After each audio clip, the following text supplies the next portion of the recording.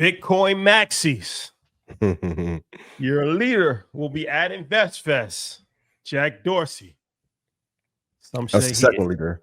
Michael Saylor, the first one. That's the new Bitcoin Jesus. Michael Saylor, we need you. Please pull up. Bitcoin Jesus as well. Bitcoin Jesus. I feel so bad for Kathy. ARK started to make a little run, but that's really, honestly, the Bitcoin exposure or institutional play was Jack's idea, though, in Square. Yeah. Yeah. Jack is the originator. Yes.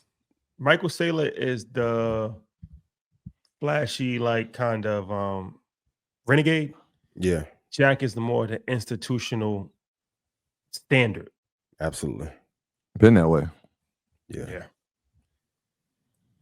But we'll ask him. Shout out to Kathy Wood. We'll ask him. Former InvestFest. For sure. Attendee panelist. Oh, XRP Army. For sure. What XRP do to you? One day. Let's have a conversation now. Go ahead. Well, the XRP enthusiasts, they're very passionate. And, they, for some reason, decided to just, go crazy on me a few months ago. Because you antagonize them every month. That's why. I'm just, XRP is under $2 right now. All I'm saying is that when, okay, the court case is going, okay, the CEO, okay, Trump's in, okay, bro, when are we going to have XRP reach $10,000? Oh, that's never that's never. But I can see 10. 10. I think $10. 10 years. Yeah. Even that is still far fetched at this point. When is it going to happen? That's all I'm saying. Well, the same way XRP got derailed is similar to how Jack Dorsey and Square got derailed. Hopefully he'll tell the story at InvestFest, but there was some collusion by some banks to thwart the greatness of Square. And maybe some financial tech companies as well. Not just the banks. Yep. So, but Rashad, I hear you. Can't everyone that love assets just all get along? I'm feeling more emotional because my ear is hurting, but here we are. I'm seeing Bitcoin, XRP, Vanguard. Can everybody just get along and love each other before we go to war? No? Okay. Okay. XRP Army. All right. Okay. We'll revisit this conversation. Can we talk about credit cards? Can you give an update on what you think about the performance of all credit card companies?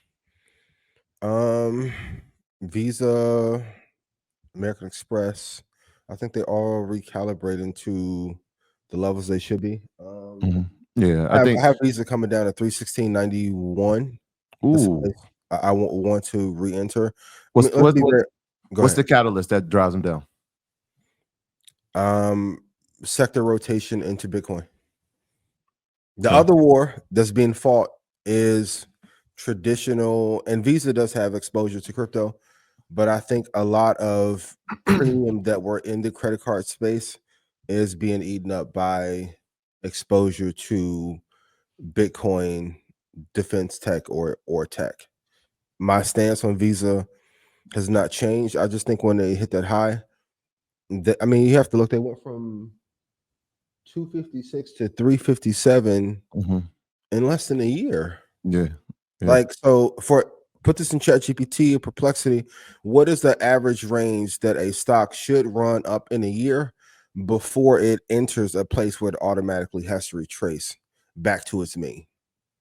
Once you see something go up 60% or in tech 120% like we saw in COVID or 2021, you're automatically going to retrace. I like when stocks are steady and they're hitting 20 or 30% growth year over year. But once you get into that 40 to 80 range, you're going to eventually have a pullback. But I still love Visa, love American Express. There's been some consolidation there. Of course, Discover and Capital One merged. Discover's doing well. They'll probably retrace here soon. But I will still hold them long term. Yeah, I'm with you. Interesting that you gave that Visa breakdown. just full disclosure, invested in Visa, have option calls in Visa, been part of that run. The stability there obviously is incredible. When you travel, you understand the importance of Visa in terms of payment processing. You'll see that everywhere. Some of these companies you will not see everywhere. American Express is not accepted everywhere, even though I love American Express. Both American Express and MasterCard kind of been flat for the year to date. I think 1%, that they're both sitting on about that much. What's interesting with Visa is I guess kind of their merger or their dive into the crypto space. I think they were a bit ahead of the curve of other payment card processing companies. They were kind of the first to try to figure out how to work with Circle. We saw Circle as a stable coin IPO last week. But I tied their recent pullback, Visa I'm speaking of, into what's happened with this Genius Act, right? When stable coins are now being discussed from the federal government standpoint, when you had a lead in that space and now there's regulation to make that more of an open market, and you see Amazon and you hear about Walmart trying to figure out how to actively explore a stablecoin payment system, that's naturally going to start to cave into some of the business that Visa was doing. So I still like them long term, but that pullback, that's why I asked you, what are you seeing from a standpoint of why the recent pullback?